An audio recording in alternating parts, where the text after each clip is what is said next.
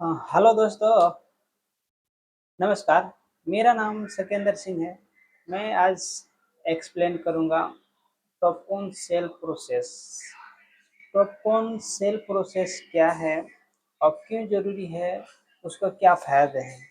तो पहले मैं एक क्लस्टर जो कि स्टार्टिंग पॉइंट है हमारा मोनोटेक्चर, उसमें कैसे हम रिएक्शन कराते हैं केमिकल में, मैं उसके बारे में डिस्कस करूँगा। और केमिकल क्या बनाता है और कैसे रिएक्ट करता है, मैं आज टोटल उस बातों को आपके इस वीडियो के माध्यम से आपको बताना चाहता हूँ।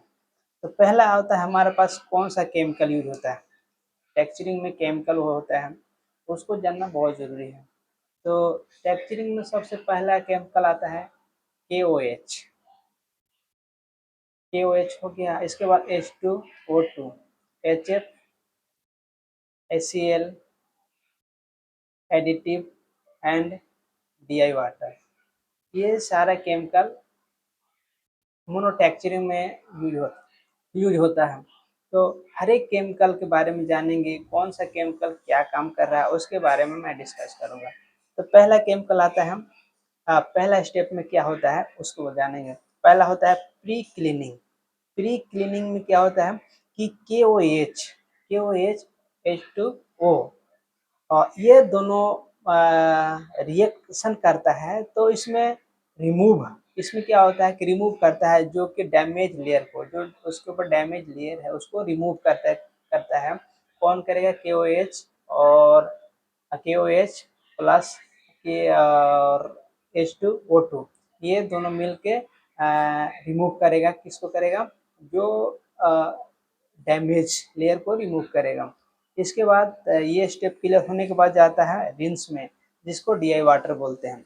DI वाटर में क्या होता है कि रिमूव प्री कोटिंग, जो रिमूव किया है प्री प्री क्लीनिंग लिक्विड को रिमूव करेगा। कौन सा? DI water.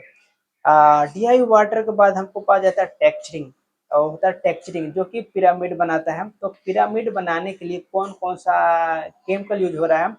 तो वो हो रहा है केमिकल हो रहा है KOH और एडिटिव, दोनों मिलेगा तो पिरामिड स्ट्रक्चर बनेगा। पिरामिड हो गया। इसके बाद फिर होता है रिंस। रिंस में क्या होता है? उसमें DI वाटर का रिंस होता है। रिंस मतलब जो पीछे केमिकल लगा था उसको सफाई करेगा, धुलाई कर देगा रिंस में। रिंस में क्या होता है कि जो हमारा पास आगे जो स्टेप में हुआ था रिमूव एल्कलाइन, जो अलग केमिकल लग गया था उसको रिमूव कर देगा DI वाटर। इसके बाद आता है O3। O3 क्या काम करेगा? HCl और O3 रिमूव द ऑर्गेनिक, किसका रिमूव करेगा? Remove the organic and nitrides alkaline.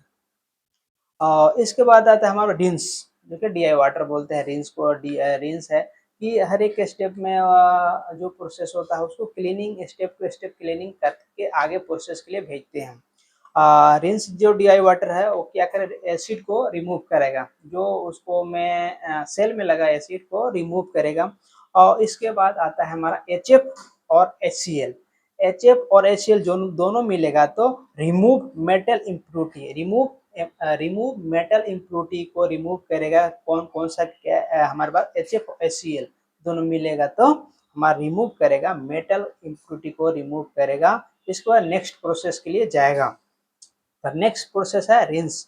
हर एक स्टेप में रिंस का यूज चलते हुआ है। जो केमिकल पहले यूज हुआ है वो केमिकल उस केमिकल का दूसरे केमिकल में मिलने पर रिएक्ट करेगा। तो हर एक स्टेप में रिंस का यूज किया हुआ ताकि एक केमिकल दूसरे केमिकल में ना मिले।